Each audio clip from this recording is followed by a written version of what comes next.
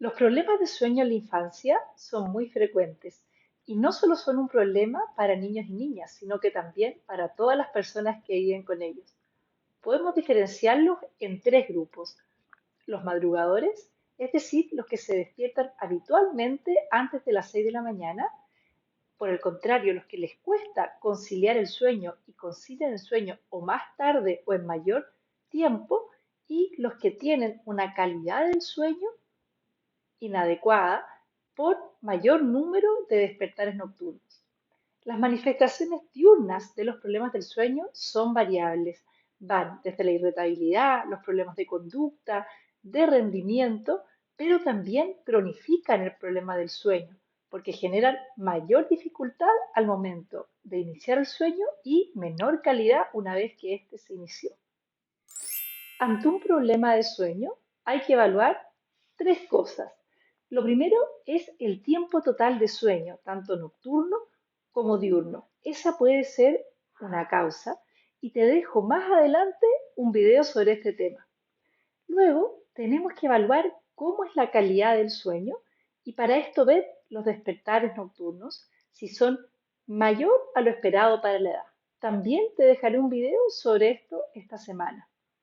Y finalmente, descartar si hay alguna condición orgánica.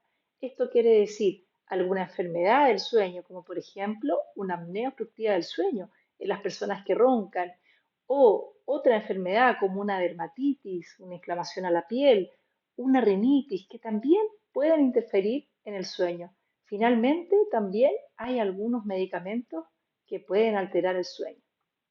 Si ya evaluaste el tiempo total de sueño y está bien y no hay alguna condición orgánica o sospechas que hay alguna condición orgánica y ya consultaste con tu pediatra o médico de sueño, tienes que ir a ver cómo están los despertares nocturnos. ¿Qué es un despertar nocturno? Un despertar nocturno lo consideramos no solamente cuando hay un movimiento o un ruido, sino que hay una apertura ocular y un despertar real, ya que el sueño en la infancia tiene más movimiento. Además, consideramos despertar nocturno desde que se quedan dormidos hasta las 6 de la mañana. Después de las 6 de la mañana ya sería un despertar normal. Y finalmente, tienes que evaluar cuántos despertares hay, ya que hasta los 3 años todavía pueden haber algunos despertares y esto es normal. Hay algunos hitos del desarrollo, como por ejemplo la adquisición de la marcha o la ansiedad de separación, que momentáneamente pueden alterar el sueño y generar más despertares sin necesariamente haber un problema.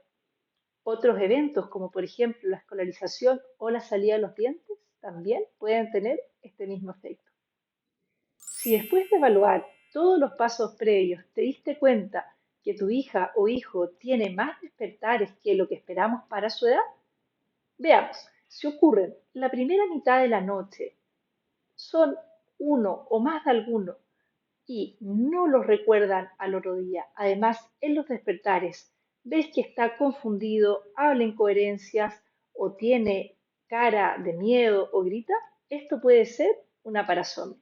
Si por el contrario ocurre la segunda mitad de la noche y sí los recuerda y además tienen un contenido que también le genera miedo o angustia a tu hijo o hijo, podría ser una pesadilla. Y tenemos un tercer grupo, los niños y niñas que se despiertan muchas veces en la noche, en cualquier horario, pero sobre todo después de las 11 o 12 de la noche. Si tu hija o hijo está en este grupo, tienes que revisar estas tres cosas que te voy a decir a continuación. Lo primero a ver es el ambiente donde duerme. ¿Dónde duerme? ¿Cómo es la temperatura? ¿Cómo es el ruido? ¿Y cómo es la oscuridad durante toda la noche? Esta información también te la dejaré en un video esta semana. El segundo punto a revisar es si tu hija o hijo está llegando sobrecansado a dormir. ¿Y cómo te vas a dar cuenta de esto? Uno, porque se demora mucho más en iniciar el sueño y en general está mucho más irritable y se opone a iniciar el sueño.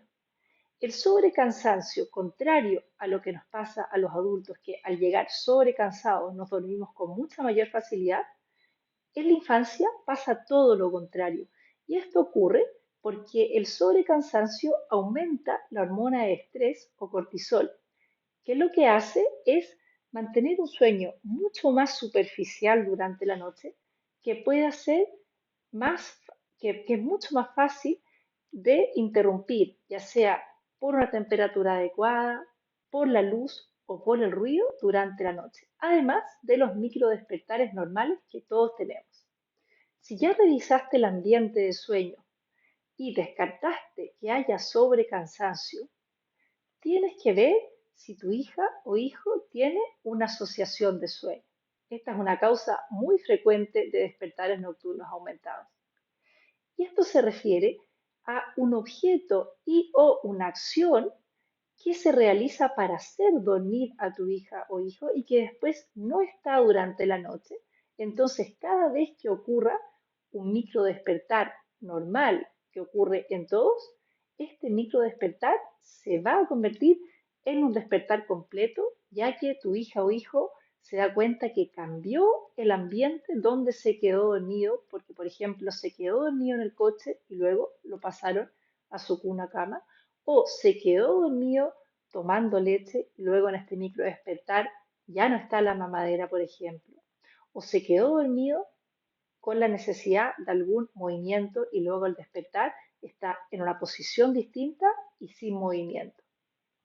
En un próximo video te contaré cómo ir erradicando estas asociaciones para mejorar el sueño de tu hija o hijo y hacerlo de una manera respetuosa y respetando también el adecuado desarrollo emocional y neurológico en la infancia.